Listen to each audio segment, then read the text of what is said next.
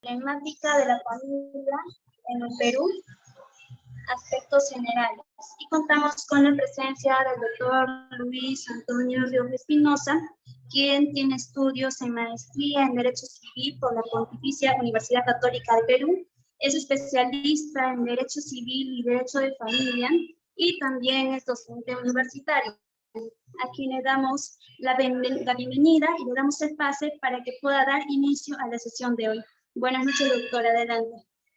Bueno, primero que nada agradecer la invitación del Instituto INLADIS, a la cabeza Henry, el cual siempre venimos coordinando y evidentemente lo felicito porque pese a las circunstancias sigue haciendo academia. Y digo las circunstancias porque evidentemente estamos todavía en el tema de la virtualidad, pronto esperemos estar ya en un contexto ya de presencialidad.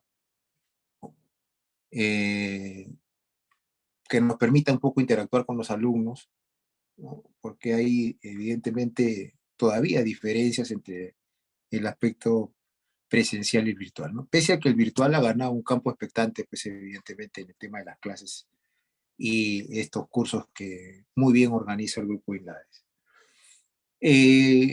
Tal como me he presentado, en los últimos tiempos un poco me he dedicado al estudio y análisis de derecho de familia, ¿no? Incluso he publicado algunos artículos en diferentes revistas jurídicas que me han permitido un poco transmitir algunas ideas, ¿no?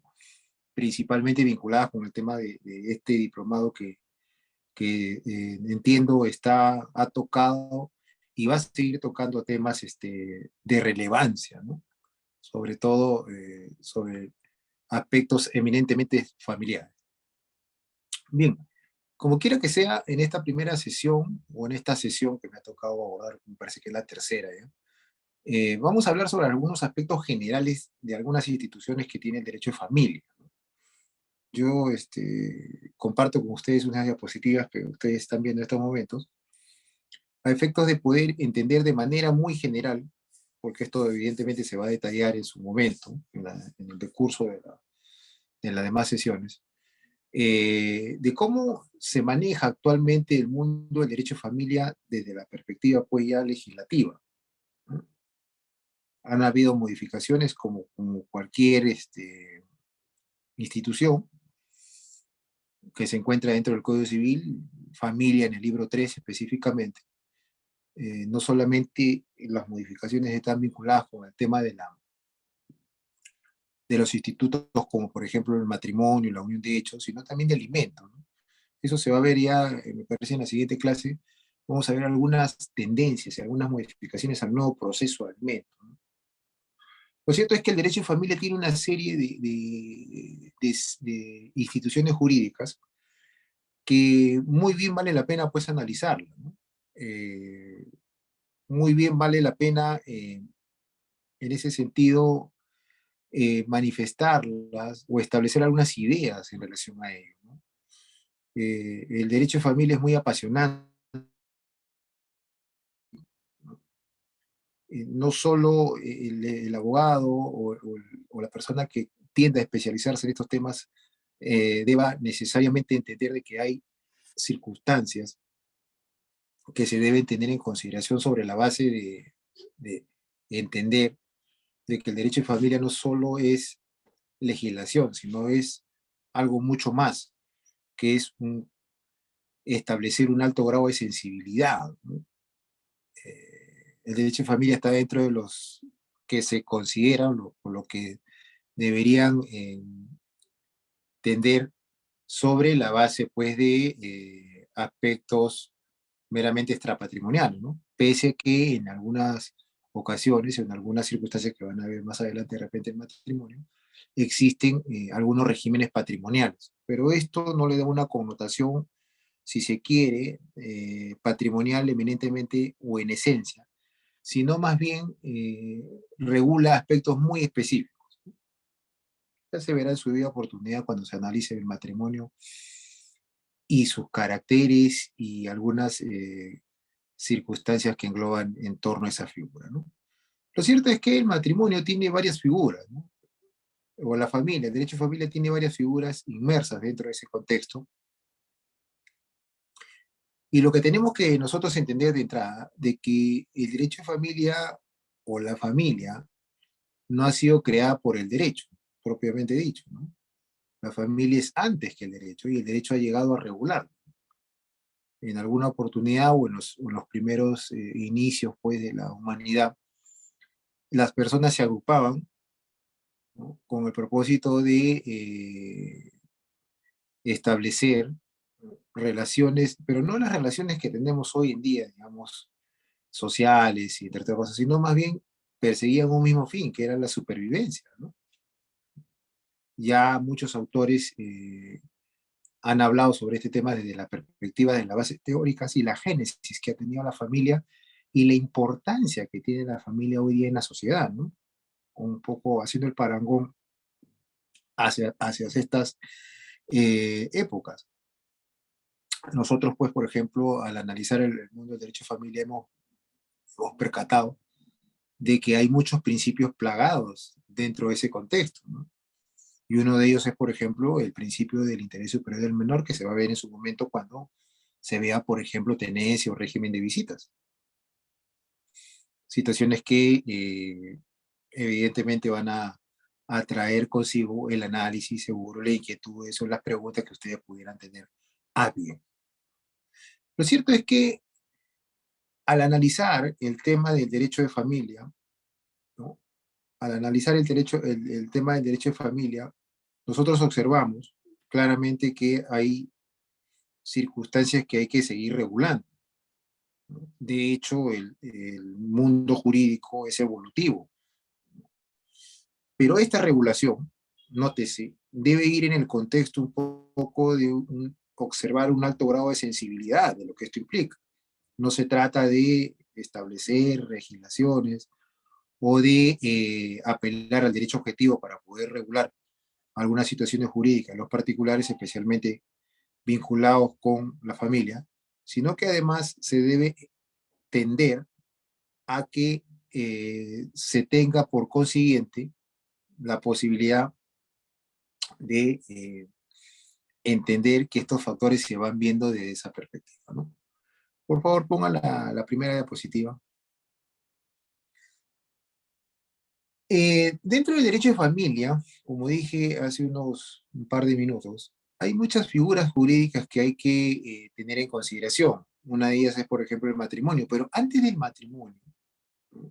Antes de hablar del matrimonio, lo que nosotros tenemos que hablar es de una figura que quizás pueda tender a desaparecer, de la cual se habla muy poco, pero es interesantísima porque es de larga data, ¿no? Si nosotros, por ejemplo, nos remontamos al derecho romano antiguo, más de 2000 años, por cierto, vemos que, por ejemplo, se regulaban los esponsales también, ¿no? No lo he considerado de manera muy abierta en las diapositivas, pero quisiera hablar brevemente sobre ese tema, ¿no? Porque normalmente hoy en día las personas que deciden hacer una vida en común no pasan quizás por esa etapa, ¿no? De establecer los esponsales, pero se debe entender que es una figura jurídica que permite regular, jurídicamente hablando, los actos entre dos personas que se hacen una promesa de contraer hacia futuro matrimonio. Y que lo más importante de ello es entender de que en caso de incumplimiento de esa promesa hay sanciones, hay efectos jurídicos que se van a generar sobre ese contexto. Debido a ello, evidentemente esto se señaló o se estableció en el Código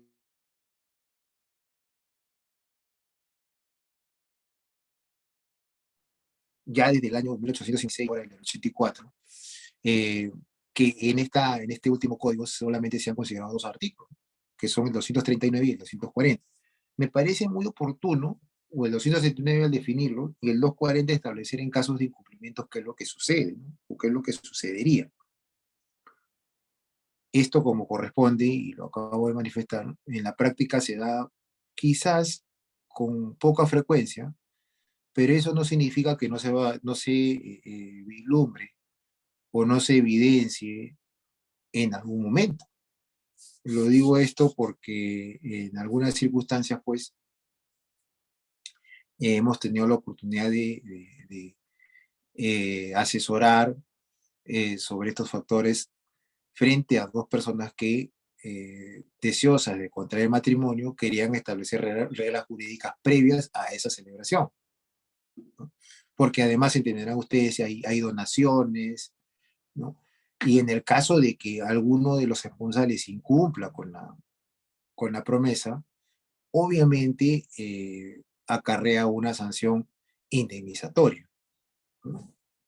Y no solamente la indemnización debe ser sobre la base de un daño material, sino que también existen daños morales, no solamente para el esponsal que queda eh, con el apartamiento del otro esponsal unilateralmente, queda en situación de perjuicio, sino que además también lo que se debe observar, y esto lo digo porque ya también se han planteado acciones procesales sobre ese tema, lo que hay que observar también es el daño moral que se establece, ¿no? O el daño moral que se genera a terceros, ¿no? Por el incumplimiento de la obligación.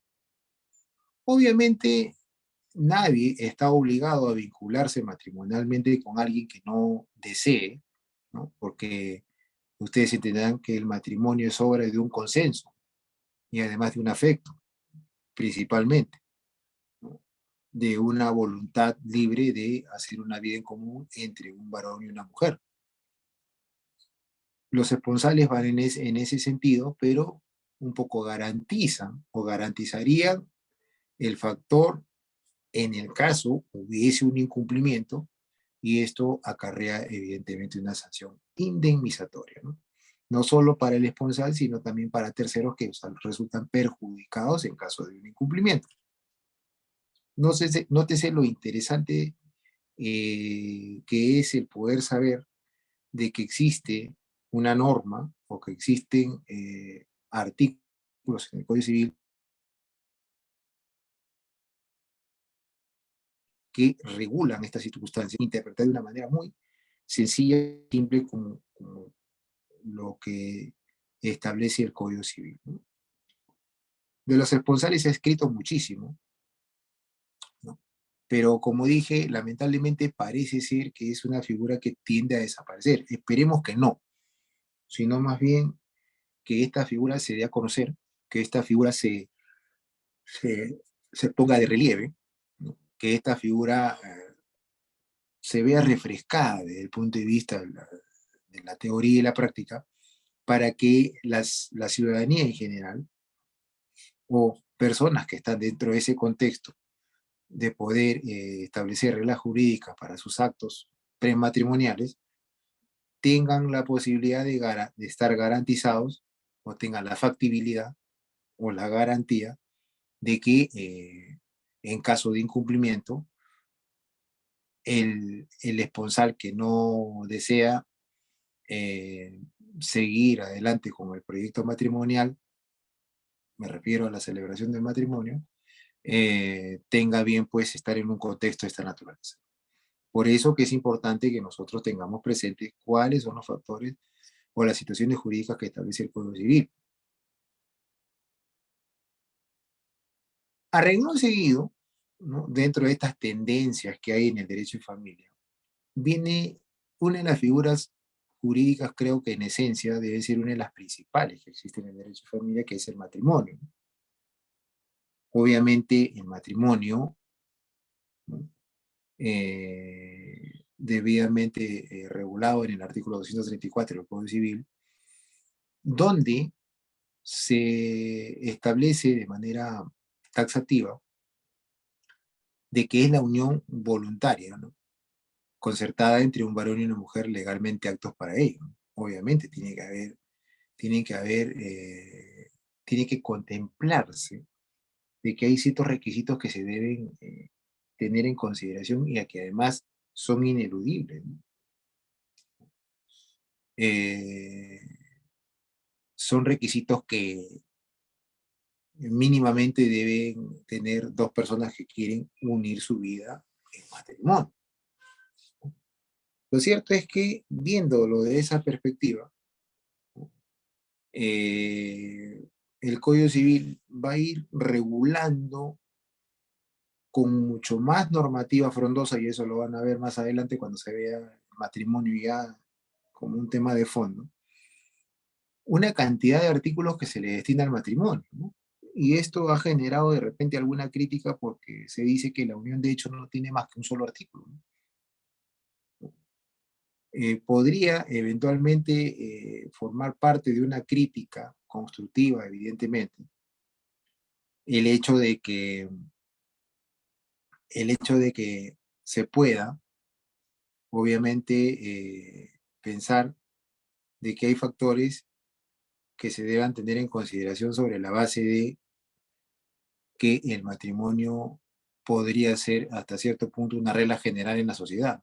Situación de que yo no comparto porque, según las últimas estadísticas, hay más uniones de hecho que matrimonios, ¿no? Por alguna razón.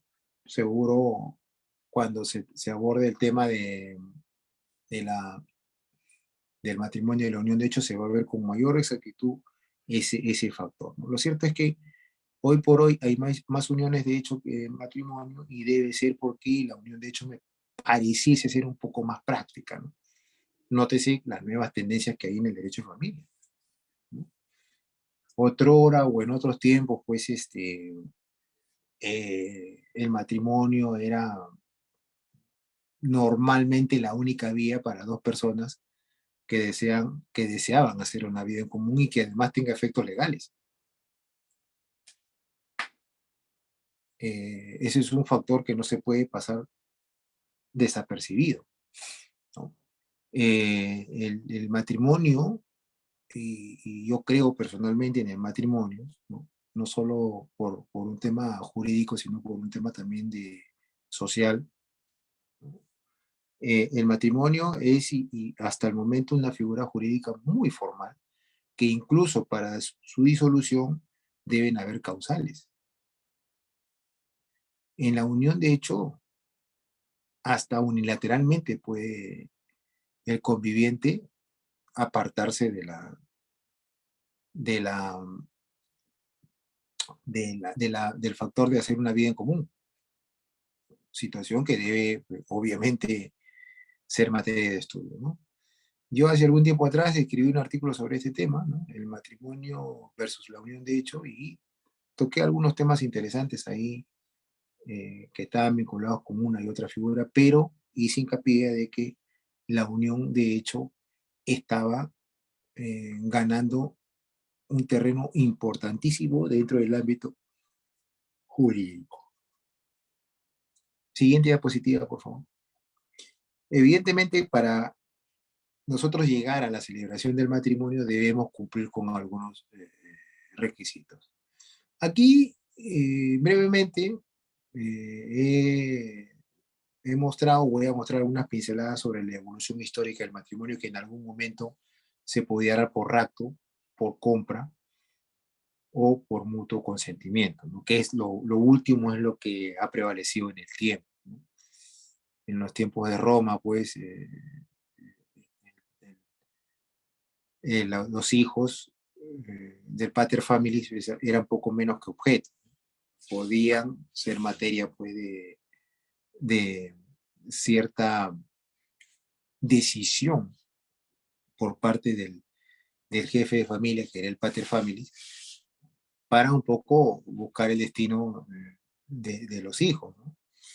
Eso tiene una razón de ser, quizás sobre la base de pensar de que el padre, con la experiencia que tiene, con el expertise que pueda tener, producto de los años y de la vivencia, pueda orientar mejor al hijo, que en alguna medida pues pudiera tener ciertas falencias, ¿no? O ciertas dudas, o ciertas circunstancias que le impedirían pues obviamente tomar algunas decisiones en beneficio de su futuro, ¿no? Entiendo que en la actualidad incluso algunos padres quieren tener injerencia en las vinculaciones sentimentales de sus hijos, ¿no? Obviamente, en su mayoría, con un buen propósito, ¿no? Pero entenderán ustedes que el mutuo consentimiento es el que opera hoy por hoy, como nuevas tendencias del derecho de familia respecto al matrimonio, ¿no? Entonces, esa perspectiva que hay hoy en día sobre el derecho de familia es interesantísimo, ¿no? De hecho, estos cursos que se elaboran, ¿no? Que se organizan, deben tener, pues, evidentemente, estos matices, ¿no? Porque, si bien es cierto, la norma regula, la norma es la que establece los parámetros, también es importante que el criterio, ¿no? Y la costumbre, que puede volverse jurisprudencia, sea tomada en cuenta de una manera muy seria, ¿no? Y que no solamente se le vea como una fuente de derechos, sino como una, una forma, una forma de mejorar, ¿no? Instituciones como la familia, por ejemplo, ¿no? Por eso que es importante apelar siempre a los especialistas, que ellos son los que van a, con su experiencia, con sus investigaciones, con sus conocimientos, van a permitir, pues evidentemente, que la institución se enriquezca, la institución de la familia se vea renovada, se vea beneficiada y lo que sería mejor aún, que se ponga en un contexto de eh, una correcta aplicación en la práctica, ¿no? Obviamente, esto también eh, se debe tener en consideración, principalmente, que la evolución del derecho de familia ha sido, pues, galopante en los últimos años, ¿no? Sin duda. Es toda una especialidad, hay muchísimos profesionales que se han dedicado al estudio del derecho de familia con profundidad, muchos de ellos escriben, muchos de ellos transmiten, muchos de ellos manifiestan, muchos de ellos colaboran incluso con la magistratura a través, pues, de los plenos jurisdiccionales que se han ido dando a la luz del tiempo. Y muchos de ellos, pues, terminan cambiando un poco el panorama y mejorando con sus conocimientos y con su experiencia la posibilidad de que se enriquezca esta figura jurídica tan fundamental en el ámbito jurídico. Siguiente, por favor.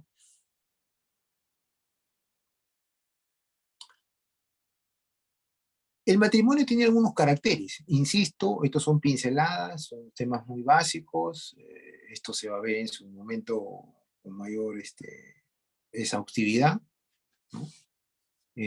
Solamente lo estoy mencionando porque he tocado un poco el matrimonio como una de las principales instituciones del derecho de familia, ¿no? Que pudo haber tocado también en derecho de alimentos, que lo vamos a ver también de manera muy somera, muy básica. Estos son unidad, monogamia, permanencia y legalidad, ¿no? Sin duda alguna. La unidad porque todavía en estos tiempos y las regulaciones hacen que la unión de dos personas con propósitos de hacer una vida en común se vuelven una unidad. A partir de ahí, ambos cónyuges tendrán la posibilidad, pues, de establecer relaciones jurídicas interesantes que vayan con un performance para una mejor convivencia. Lo cierto es que desde el punto de vista de los caracteres del matrimonio debe respetar estos parámetros. La monogamia, que sin duda alguna corresponde a este lado del hemisferio. Entiendo yo que hay situaciones, hay sistemas jurídicos que permiten la poligamia, permiten el matrimonio entre varias personas, ¿no? Al varón se le permite tener varias cónyuges, y esto, pues, evidentemente responde a otros criterios, a otro tipo de sociedades y otro tipo de realidades que quizás no encajarían acá dentro del sistema, pues, occidental. Permanencia, unión estable y duradera, se debe entender que las personas que deciden hacer una vida en común a través del lazo matrimonial debe ser esta, pues, permanente, duradera en el tiempo, ¿no? Porque el matrimonio tiene, pues, sus etapas sobre la base, pues, de la madurez de la pareja. Muchas parejas, pues, inician sus relaciones a temprana edad y en algunos casos, pues, también tienen la posibilidad de poder permanecer en el tiempo, ¿no? Esa permanencia que aparentemente es una situación eh, quimérica, porque existe pues la disolución del vínculo matrimonial también, en casos de alguna incompatibilidad o de alguna causal que señala la ley, lo importante es saber que hay situaciones que debemos tener en consideración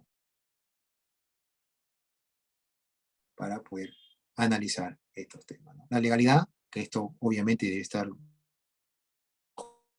con el contexto de una norma jurídica vigente, como la es del Código Civil, y alguna otra norma de carácter administrativo, si quieren, si se quiere, porque ustedes saben que acá, en este país, quien hace las veces de autoridad para poder llevar a cabo ceremonia donde se celebra matrimonio es el alcalde, o algún otro que él derive, ¿no? Para que puedan eh, observarse de esa perspectiva. Siguiente.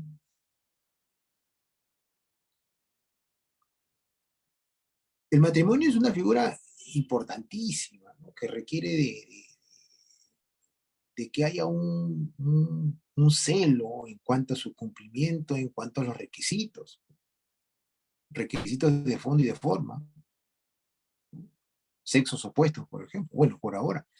Entiendo que hay una pugna por cambiar esta posibilidad y un poco aperturar a que personas que tienen igualdad, que tienen el mismo sexo, puedan vincularse de esa perspectiva, ¿no? Hay países que aceptan pues las uniones entre dos personas del mismo sexo con todas las consecuencias jurídicas que pudieran haber. Yo no voy a cuestionar eso porque no me corresponde, no es mi rol, ¿no? Pero lo que sí he observado, porque obviamente tenemos que estudiar a la institución o al instituto, es que parece ser que la sociedad no está muy preparada, o por lo menos faltaría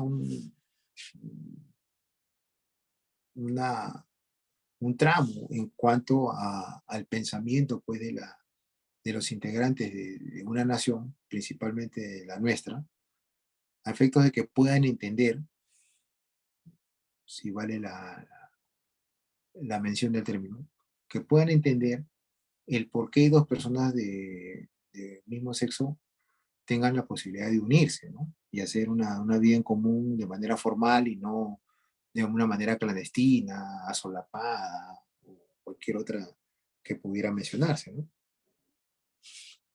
Lo cierto es que por ahora se requiere sexos opuestos y que incluso se llegue a la mayoría de edad, ¿no? Evidentemente con algunas excepciones, ¿no? El mismo código establece que un menor de edad puede contraer matrimonio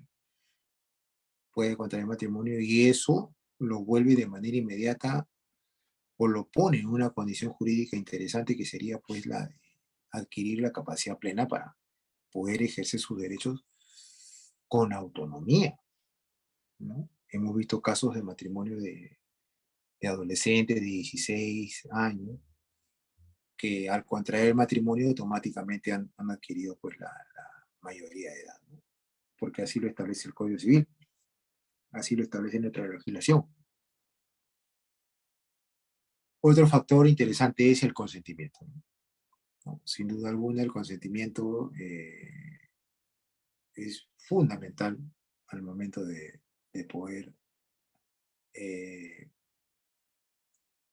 dar luz verde para que se viabilice la, la intención de dos personas en convertirse en cónyuges y hacer una vida en común bajo los regímenes que pudieran tener a bien. Y esto pues se materializa y se ve de esa perspectiva, ¿no? Ahora, requisitos de forma tienen que ver mucho con aspectos administrativos, ¿no? Declaración de proyecto matrimonial, publicaciones en proyectos matrimoniales, declaración de capacidad de los contrayentes y celebración del matrimonio, ¿no? Entiendan ustedes que acá la celebración del matrimonio en este país es de carácter administrativo, no judicial, ¿no? En otros países te casa el juez, por ejemplo, ¿no? Y eso también ha sido materia de una discusión, porque si el juez tiene la posibilidad de disolver el vínculo matrimonial ante el pedido, ¿no?, de alguno de los cónyuges o de ambos, porque puede haber por mutuo acuerdo también, ¿por qué no el juez tendría la posibilidad también de celebrar matrimonios, ¿no? Eh, celebrar matrimonios para que, evidentemente, eh, haya una suerte pues, de coherencia o congruencia, ¿no? Yo sí estaría de acuerdo con que el juez, por ejemplo, celebre matrimonio, más allá de que el juez, eh, su labor fundamental es administrar justicia, ¿no? Pero podría ser una nueva tendencia, podría haber una tendencia hacia el futuro. Hoy en día, por ejemplo, el notario y el alcalde disuelven vínculos matrimoniales, ¿no? Obviamente bajo el contexto pues de la, del libre acuerdo que debe existir entre dos cónyuges que no desean hacer una vida en común más. Y eso hace posible pues que nuestra legislación vaya observando detenidamente cuáles son esos componentes que debe tener para que la sociedad se vea beneficiada con autoridades que tienen plenas facultades para poder eh, ejercer, ¿no?, o decidir sobre actos de los particulares, principalmente en el ámbito del derecho de familia, ¿no? Entonces, lo interesante que es el mundo del derecho de familia. Parece ser algo simple, parece ser algo que no reviste una complejidad, pero sí tiene sus partes muy complejas, que no solo la norma, y lo digo por experiencia, ¿no?, como me presentaron como abogado en ejercicio también, lo digo por experiencia, no solo la norma bastaría con invocarla, sino que debe haber un alto grado de interpretación para poder entender lo que realmente el legislador ha querido dar como manifiesto a través de la norma. Y esto es interesante, para eso existen los libros de debate en el Congreso, que está claramente ahí la posición de los legisladores en cuanto a la posibilidad de regular actos relacionados con la familia. Por ahora, y digo por ahora, es la unión voluntaria entre dos personas de sexos opuestos. Posiblemente en algún futuro no muy lejano podría darse las circunstancias de que eh, podría darse las circunstancias de que dos personas del mismo sexo puedan vincularse matrimonialmente cumpliendo con los requisitos de ley, obviamente, ¿no? Pero esto también daría pie a que se modifiquen muchísimas normas del Código Civil que van vinculadas con estos factores. Lo digo con claridad, lo digo con cierto grado de autoridad también, lo digo con conocimiento, porque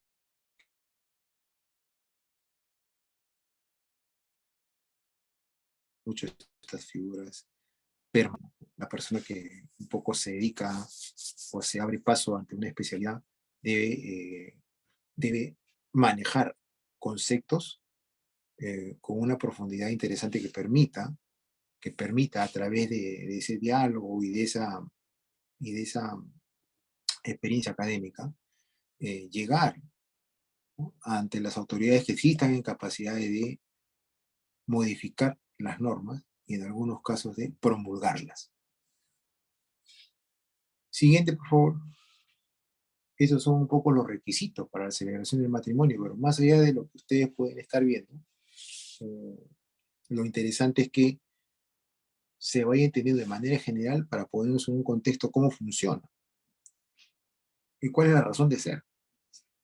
Bueno, celebración del matrimonio, funcionario, el alcalde y alguno otro que él designe, testigos, ¿no? En el caso pues de la celebración del matrimonio civil, que es en que realmente es el que él tiene validez, ¿no? Que es el que debería en buena cuenta ser materia de una celebración eh, glamorosa, ¿no? Como en algunos casos, ¿no? Pero sin embargo, eso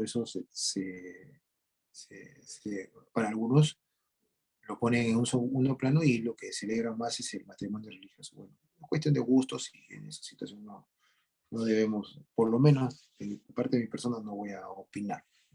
Cada quien puede organizarse como prefiere para llevar una vida como la que sueña y evidentemente estar ahí eh, siempre, obviamente, enmarcado dentro de una connotación eh, normativa. Siguiente, por favor.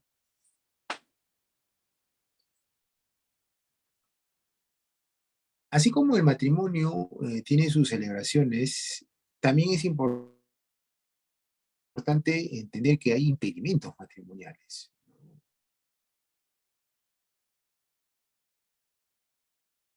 ¿Esto qué cosa quiere decir? ¿No? Hay personas que no tienen una posibilidad y hay personas que tampoco pueden contraer matrimonio con ciertas otras personas, porque así lo establece el código, ¿no? Y esto lo divide nuestro ordenamiento en dos formas, ¿no? O clases de impedimentos. Uno los absolutos y los otros los relativos, ¿no? Evidentemente los absolutos están bajo el criterio, pues, de que personas que están dentro de esas circunstancias no pueden contraer matrimonio con nadie. Y cuando digo nadie, es nadie. O sea, estamos hablando, por ejemplo, de personas que adolezcan de un deterioro mental severo, ¿no? Eh, Estas personas que han perdido la capacidad de discernir, obviamente no pueden de ninguna manera eh, tener la posibilidad de eh, contraer matrimonio con otras personas porque no tienen esa libre voluntad, esa autonomía para poder decidir.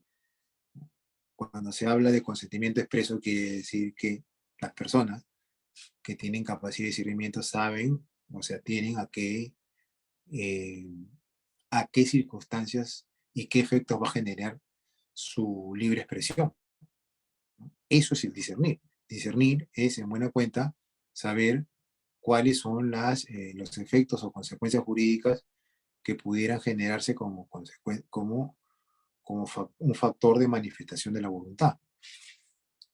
Si la persona tiene dudas o simplemente no entiende, o simplemente está dentro de una esfera totalmente diferente en cuanto a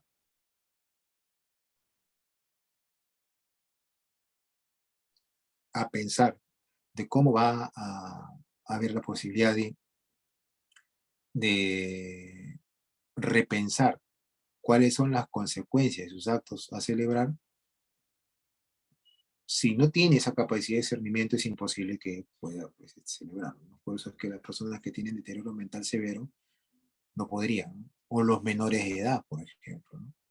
Un niño, o un casado, por ejemplo, ¿no? El casado no puede contraer matrimonio con nadie, a no ser, pues, que disuelva el vínculo matrimonial y pueda, en alguna medida, estar bajo las condiciones de poder eh,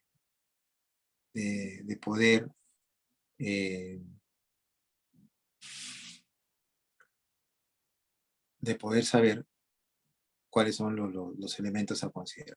¿Se me está escuchando bien?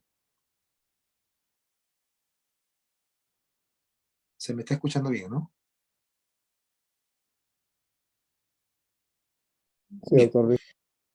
correcto. También existen, pues, dentro del contexto de los impedimentos matrimoniales, los relativos, ¿no? Y alguien dirá, bueno, ¿cuál es la diferencia? Bueno, los absolutos son los que, en alguna medida, y lo digo de manera general, insisto, porque estamos viendo nuevas tendencias que están sucediendo en los últimos tiempos, como el derecho de familia y sus instituciones, ¿no? Los relativos podrían estar en el contexto de prohibición de contraer matrimonio con, no con todas. Y en ese sentido voy a ser un poquito más explícito, ¿no? Por ejemplo, un impedimento relativo es que el hijo pueda contraer matrimonio con el papá, con el padre, ¿no? El descendiente con el ascendiente, pero sí puede contraer matrimonio con otra persona. Cuando se dice absoluto es porque no puede contraer matrimonio con ninguna. Cuando se dice relativo, quiere decir que existe la posibilidad de que puedan haber personas con las cuales sí se pueda contraer matrimonio. Y esto hace posible, puede que se vea una relatividad respecto a la celebración del matrimonio, ¿no? Los impedimentos matrimoniales. Nótese lo interesantísimo, y esto, llegado al momento de la sesión, cuando se hable del matrimonio, espero que hagan muchas preguntas en relación a eso, porque en la práctica el matrimonio genera un debate y genera discusiones. En algún momento el matrimonio fue indisoluble, por ejemplo, ¿no? En algún momento de la historia. Imagínense un matrimonio indisoluble. Prácticamente sería pues algo fuera de todo contexto, ¿no? Fuera de todo contexto, ¿no? Hoy por hoy existen causales, ¿no? Lo cual hace ver o hace entrever de que hay evidentemente la posibilidad de desvincularse o de romper ese vínculo con persona que no se desea, pues definitivamente eh, mantener alguna relación. Y eso hace todavía posible,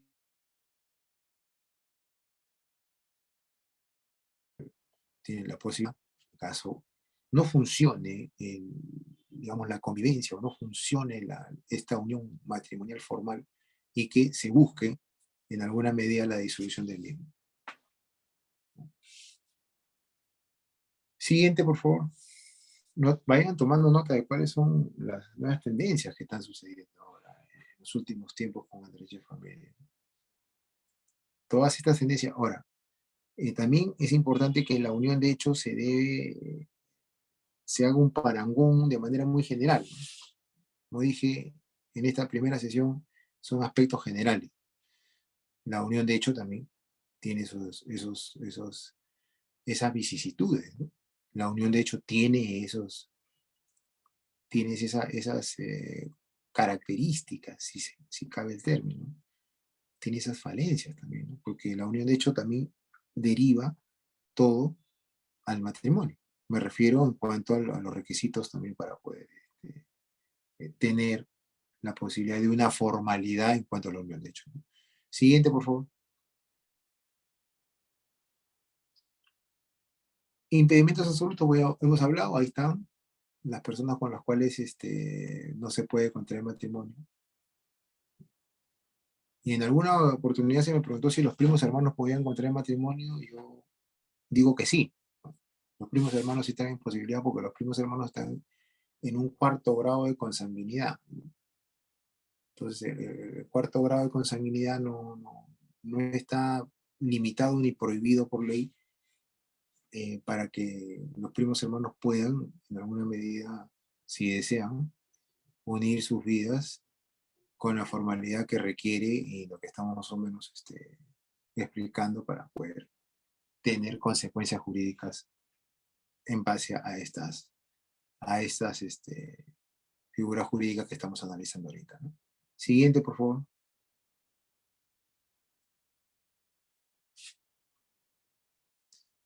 El matrimonio, como decía yo, siguiente, por favor. El matrimonio, como decía hace unos minutos, es sumamente formal, ¿no? Y con esto tampoco no quiero decir que la unión de hecho no lo sea. La unión de hecho también tiene sus formalidades, tiene sus procedimientos específicos, tiene su, su forma de poder buscar a efectos de que tenga la posibilidad de una validez y que todos los actos relacionados con esas nuevas convivencias puedan finalmente tener un efecto, ¿no? En ese sentido, es sumamente interesante hablar del matrimonio y sus consecuencias jurídicas. Pero así también como hay impedimentos, hay invalidez del matrimonio, ¿no? Es interesantísimo. Una cosa es que no pueda celebrar el matrimonio y otra cosa es que aún celebrado, ¿no? Posteriormente a la celebración se declara nulo, ¿no? Que no tenga ninguna posibilidad, ¿no? Y hay nulidad absoluta y nulidad relativa, ¿no? Obviamente la nulidad absoluta, todo lo que está contemplado en el 274, ¿no? Respecto a las consecuencias de contraer matrimonio bajo un contexto de que está plagado de nulidades. Y en el 277 estamos viendo la nulidad relativa o también la anulabilidad. Lo interesante o la diferencia, a grosso modo, entre estas dos es que si la nulidad absoluta supone de que la celebración del matrimonio de entrada no tiene ningún tipo de validez. En cambio, la nulidad relativa tiene la posibilidad de que, aun siendo un tema de que se podría invalidar, por efecto del tiempo puede cobrar validación. Y me explico. Por ejemplo, haber contraído matrimonio con un adolescente, en la idea de que se pensaba que era ya un sujeto que había llegado a la mayoría y que podía, obviamente, tener autonomía en todos sus actos. Lo cierto es que debemos nosotros analizar esto con bastante agotamiento. Y me refiero al agotamiento es que la investigación sea profunda. Hablar de nulidad de matrimonio, por ejemplo, no es lo mismo del divorcio. El divorcio no busca la nulidad del matrimonio, el divorcio lo que busca es la disolución del vínculo matrimonial. Quizás en algún momento podrían coincidir, porque eh, si se da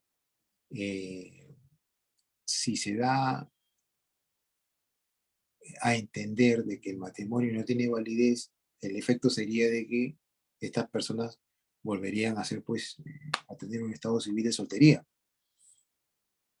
En el caso de la disolución del vínculo matrimonial, lo propio. Una persona disuelve su vínculo matrimonial, automáticamente queda expedita para poder eh, celebrar nuevos matrimonios con personas distintas.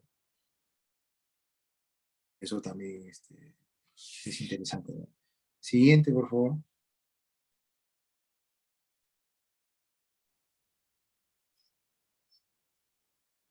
Nótese invalidez, impedimento, celebración, el matrimonio, ¿no? Otra figura interesante, ¿no? Es ya un poco pasando a otro tema, son las obligaciones comunes de los padres para con los hijos. ¿Y por qué lo he tocado? Porque algunos creen que esto no está regulado, ¿no? En el mundo del derecho de familia, las relaciones entre padres a hijos, más allá de los alimentos, las tenencias, el régimen de visitas que también se van a ver en este espacio, en las próximas sesiones, también se está regulado los deberes o las obligaciones comunes de los padres para con los hijos y también de los hijos para con los padres. Eso es algo interesante porque algunos creen que estas regulaciones de padres a hijos o de hijos a padres solo son familiares y no tienen connotación jurídica, ¿no? Sí tienen connotación jurídica. Como ustedes verán, la obligación de los padres es alimentar a los hijos, ¿no? Corregirlos, guardarlos, asistirlos, educarlos, ejercer la patria potestad, ¿vale? Nótese ahí lo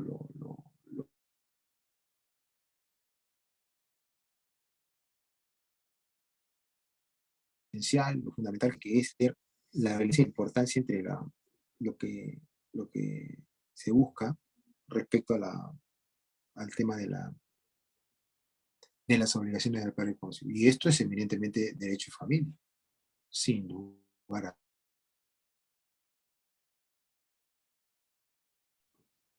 Entrarlos por ejemplo, desde la perspectiva del derecho de alimento, ya saben ustedes saben y lo van a ver también. Creo que en la próxima sesión se va a ver el nuevo proceso de alimentos, ¿no? Vamos a ver, vamos a analizar una ley, ¿no?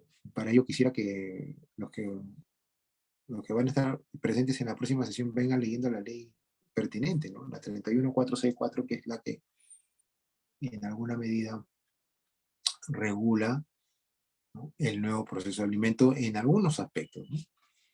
En algunos aspectos interesantes que la anterior norma no lo contemplaba.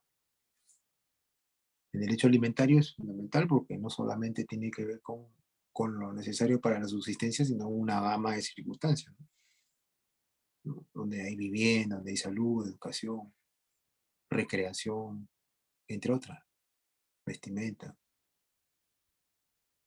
Ese es el deber, por ejemplo, del padre para con los hijos, ¿no? Es un deber, es una obligación. Eso no es, eso no es un favor, es una obligación que deba tener el padre para con los hijos respecto a su formación futura. Futura. Eso es lo interesante, eso es lo importante, eso es lo que se debe tener en consideración siempre y en buena cuenta para los efectos de poder entender la importancia del derecho de familia en nuestra sociedad, la importancia que debe tener, y ustedes que se han matriculado en este importante diplomado que organiza pues, el Grupo INLADES, con todas las expectativas que genera ello, eh, porque luego de estos diplomados ustedes van a tener a hacer cierta especialización. De hecho, los diplomados dan un punto de partida para que el profesional formado en ciencias jurídicas entienda de que el tema a tratar se debe hablar con profundidad, ¿no? Y de hecho, también deben haber muchas preguntas que se deben generar como consecuencia de las exposiciones, ¿no? Yo en breve voy a abrir los micros para que ustedes hagan las preguntas respectivas, ¿no? O las escriban para poder ir absorbiendo algunas ideas, ¿no? Parece que también mi función es práctica, no solo es teórica. La teoría y la práctica difieren mucho, pero la práctica en alguna medida te hace conocer, o te hace descubrir o redescubrir algunas situaciones que no pensabas, no las habías analizado dentro del contexto de la teoría. Siguiente, por favor. Obligaciones recíprocas de los cónyuges, por ejemplo, ¿no? ¿No? Esto también es algo interesante porque creen que no está regulado. Esto está regulado. La fidelidad, por ejemplo, ¿no? Lealtad del uno para con el otro, evitando sostener trato carnal con persona distinta al consorte, lo contrario da lugar a la causal de adulterio. Bueno, eso en su momento van a explicar, ¿no? La disolución del vínculo matrimonial, el adulterio también. Es toda una discusión, no solamente teórica, sino también práctica. Ya dije yo hace unos minutos que el mundo del derecho de familia trae consigo muchas circunstancias que hay que seguir analizando y de hecho pensando y de hecho observándolos con un detenimiento para que se pueda en alguna medida entender qué han querido decir los legisladores al modificar o al agregar o al suprimir o al derogar. La fidelidad es una obligación recíproca entre los cónyuges sin duda alguna, porque hemos dicho en algún momento de la sesión, hemos mencionado de que hay un carácter monogámico. El matrimonio es eminentemente monogámico, no implica pues la posibilidad de que el varón o la mujer tengan diversas vinculaciones matrimoniales. No hay ninguna posibilidad de que eso se vislumbre, por lo menos de esa manera. Por eso que es importante conocer cuáles son los aspectos que están vinculados con el tema pues, del derecho de familia y lo que hoy en día se vive, ¿no? Lo que hoy en día se vive. Hoy, por ejemplo, el cónyuge puede denunciar al otro por violencia familiar, por ejemplo, tranquilamente. Por violencia familiar denuncia al cónyuge y esto trae una consecuencia jurídica. Incluso esto puede dar pie a que se disuelva el vínculo matrimonial porque se generaría una prueba fundamental para que puedan observarse desde esa perspectiva. La cohabitación, hacer una vida en común bajo el mismo techo, es también otro elemento fundamental para que es considerado como una obligación recíproca entre los cónyuges. No puede, pues, el cónyuge pretender domiciliar eh, en dirección diferente que la de su cónyuge. Sería, pues, materialmente imposible eso de darse. Por eso que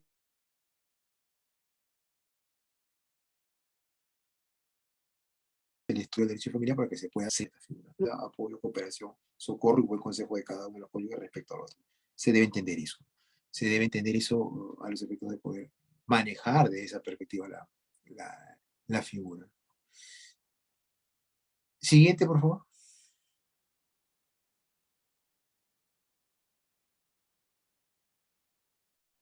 Deberes y derechos comunes de los cónyuges con la sociedad conyugal, ¿no? Por ejemplo, participar en el gobierno del hogar, a decidir las cuestiones referentes a la economía del hogar, fijar y mudar el domicilio conyugal, sostener a la familia, representar legalmente a la sociedad conyugal, ¿no? Ejercer cualquier profesión o industria, ley como efectuar trabajo fuera del hogar. Bueno, en realidad esto pues no solamente debe ser materia de teórica, sino también práctica, ¿no?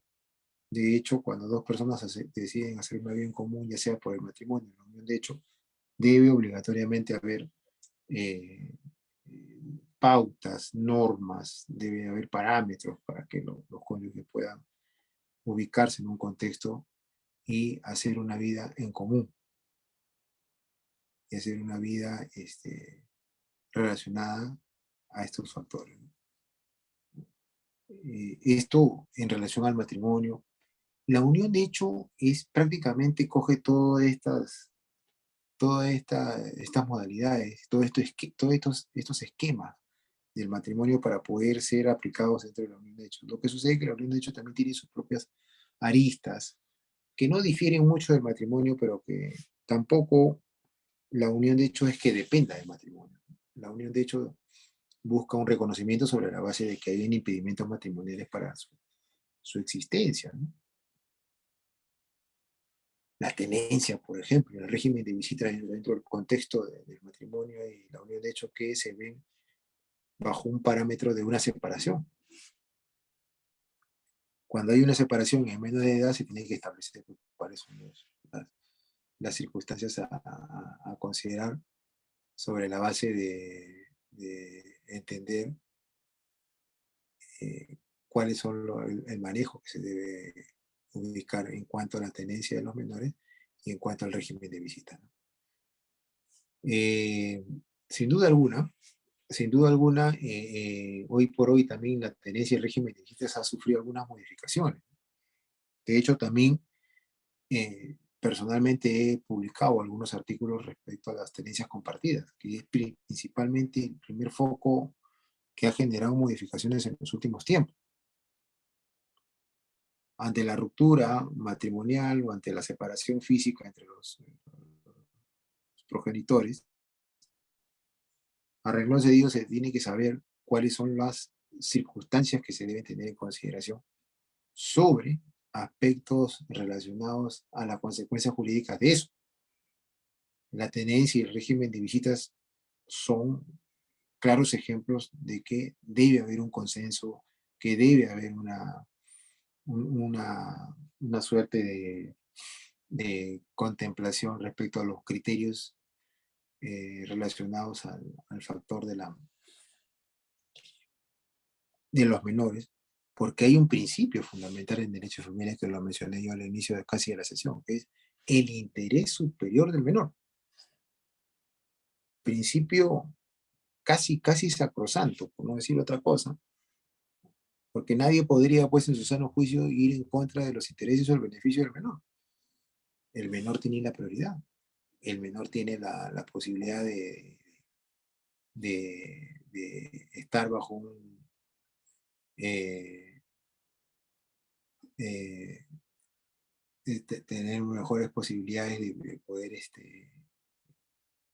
eh, ubicarse en un contexto diferente donde, por ejemplo, la tenencia está a cargo de la madre y el régimen de visitas a cargo del padre con externamiento, donde el menor puede ir de un domicilio a otro, ¿no? Eh, con el mayor cuidado y obviamente buscando una especie de concatenación y de uniformidad de criterios entre los cónyuges que aun cuando separados respecto a los menores tengan los mismos propósitos.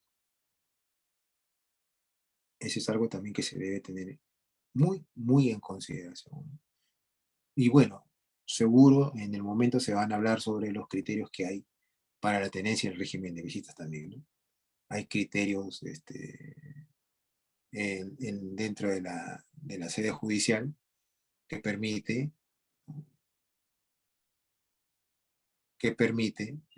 o que da pie a conocer cuál es el sentir, cuál es la, los parámetros por los cuales un magistrado dicta tenencia y régimen de visitas a favor de uno u otro. También vamos a ver que hay variaciones de tenencia, ¿no? Sobre en qué contexto, por qué, a razón de qué, a razón de qué eh, se debe tener en consideración algunos temas que están relacionados con la tenencia, ¿no? Estoy observando y adelanto un poquito porque llegada la sesión se va a hablar con este tema con mayor profundidad, que la solvencia moral está jugando un rol fundamental para el padre, que logra acreditarla, ¿no? En cuanto a la tenencia exclusiva, porque como comprenderán también hay tenencia compartida y eso podría en alguna medida, en, en la práctica, podría entenderse de que va a ir hacia una mejora. De hecho, lo que se quiere es que haya una mejora. De hecho, lo que se quiere es que haya una mejor productividad para el menor. Cuando hablo de productividad, me estoy refiriendo a su formación, ¿no? El Código de Niños y Adolescentes, que es el que regula el tema de las tenencias y régimen de visitas, refiere estas cosas, ¿no? Refiere con bastante seriedad, ¿no? Seriedad que también amerita, porque se trata, pues, evidentemente, de una posibilidad de estar bajo ese contexto de la tenencia y régimen de visitas bajo el criterio del interés superior del menor, ¿no? Alimentos que se va a ver en la siguiente sesión, todo el contexto, tenencia y régimen de visitas que también se van a ver en su momento. Hemos visto el matrimonio, la unión de hecho, también se va a tocar de repente patrimonio familiar, es interesante también, el por qué, el por qué se generaría. Ahora, en la parte de alimentos se van a ver en qué casos los alimentos serán para los mayores de edad. Hay casos específicos, hay casos muy exclusivos, ¿no? De hecho, el mayor de edad que desea continuar con ese beneficio debe estar bajo unos parámetros. No se trata que, no se trataría solo de plantearlo o ponerlo como un pedido, sino que además debe entenderse que estos factores son relacionados con los temas de la posibilidad de entender de que el mayor de edad debe cumplir con algunos requisitos para poder acceder a ese beneficio. Muy diferente, por ejemplo, al derecho que tiene el menor de edad, que cuando menos por regla general lo tiene hasta los 18 años. Y por alguna excepción esto se prolonga hasta la edad de 28. Esas cosas tiene, por ejemplo, el derecho alimentario, ¿no? Esas cosas tiene el derecho de familia. Esas circunstancias, esas aristas, si alguien quiere llamarlo entre telones, ¿no? Muy interesantísimo el tema del derecho de familia desde esta perspectiva, ¿no? Desde la perspectiva actual, desde la perspectiva moderna.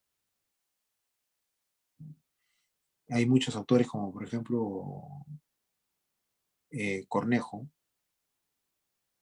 que habla sobre derecho de familia y esto es doctrina pura, ¿no? Porque son situaciones que se han dado con mucha antelación, incluso analizando el código de 1936 como era, desde el punto de vista de la familia, ¿no? Obviamente estamos hablando de un código que casi tiene 90 años, ¿no? Que fue derogado el año 1984 porque ya no podía aplicarse a la realidad actual. Y es posible que este código del 84 en algún momento sea derogado también, porque hay muchísimas normas que ya no son de aplicación práctica, porque se está dentro de un contexto pues, de, de novedades, de situaciones que van obviamente sobre la base de cambios, cambios relacionados a las nuevas tendencias que hay, no solamente en el derecho de familia, sino en el mundo jurídico en general. Ahora existe, por ejemplo, una ley de violencia familiar, ¿no? Una ley que dicta algunos lineamientos, algunas rutas, algunas circunstancias para poder llegar a algunas instituciones de esa naturaleza. Así que el derecho de familia está muy en boga en los últimos tiempos. El derecho de familia ha cobrado vigencia. Ahí ha habido una especie de inyección teórica, práctica de todas perspectivas, que hace posible pues, que en estos momentos nosotros estemos compartiendo a través de la virtualidad estos factores. Y de hecho, en breve vamos a abrir los micros para que hagan unas preguntas, ¿no? O manifiesten algunas ideas que puedan tener, si es que así lo consideran, para poder un poco interactuar e ir un poco preparando lo que va a significar las siguientes sesiones de este diplomado que ha organizado de manera muy oportuna y muy bien el grupo INLAES a través de su director Henry Benton. Entonces son situaciones, como insisto, en derecho de familia, que van calando, que van haciendo prever de que todavía el derecho de familia tiende a modificar muchas cosas y tiende a hacer que la sociedad tenga un comportamiento mejor. Porque acuérdense que la familia es el núcleo fundamental de la sociedad. Si no hay familia, la sociedad se ve, pues, en cierta medida empañada, si cabe el término, para poder ubicarse en esos parámetros. Desde esa perspectiva, lo que nosotros debemos entender es cómo se deben manejar estos aspectos que ya se vienen analizando con mayor exhaustividad por especialistas de toda índole, ¿no? Principalmente muchos escritores y expositores que han hablado y hablan sobre derecho y familia, ¿no? Instituciones de derecho y familia que tienen una connotación extrapatrimonial y que esto da pie a que haya una suerte de observancia de manera muy seria, ¿no? Muy exhaustiva, muy sesuda, si cabe el término, respecto al derecho de familia. Bien, bueno, yo voy a abrir paso a algunas preguntas que me quisieran hacer. Quedamos supeditados a algunas preguntas, dudas, inquietudes o comentarios que ustedes puedan brindar en este momento.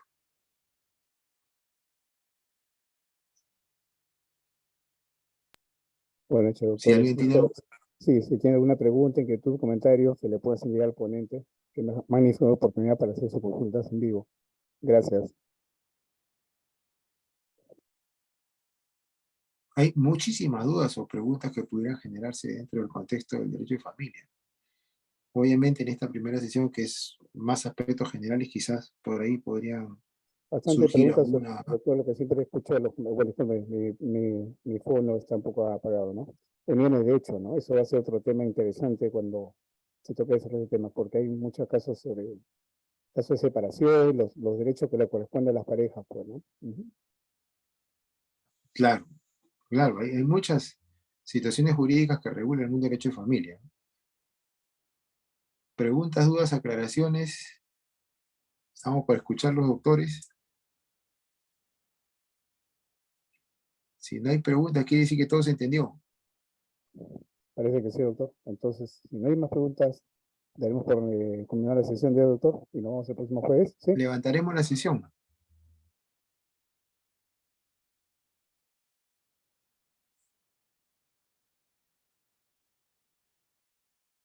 Doctor, entonces no hay más preguntas, entonces daremos por culminada la sesión de hoy y el próximo jueves continuamos. Si no hay más preguntas, ¿sí? Si alguno quiere hacer alguna pregunta, de repente lo puede escribir, ya lo deja por intermedio de la página de INLADES y me hacen saber. Muchas gracias. A ustedes, doctores. Doctores, gracias por su paciencia, por su atención y nos vemos el próximo jueves. Muy buena noche con todos. Doctor Luis, muy amable. Buenas noches.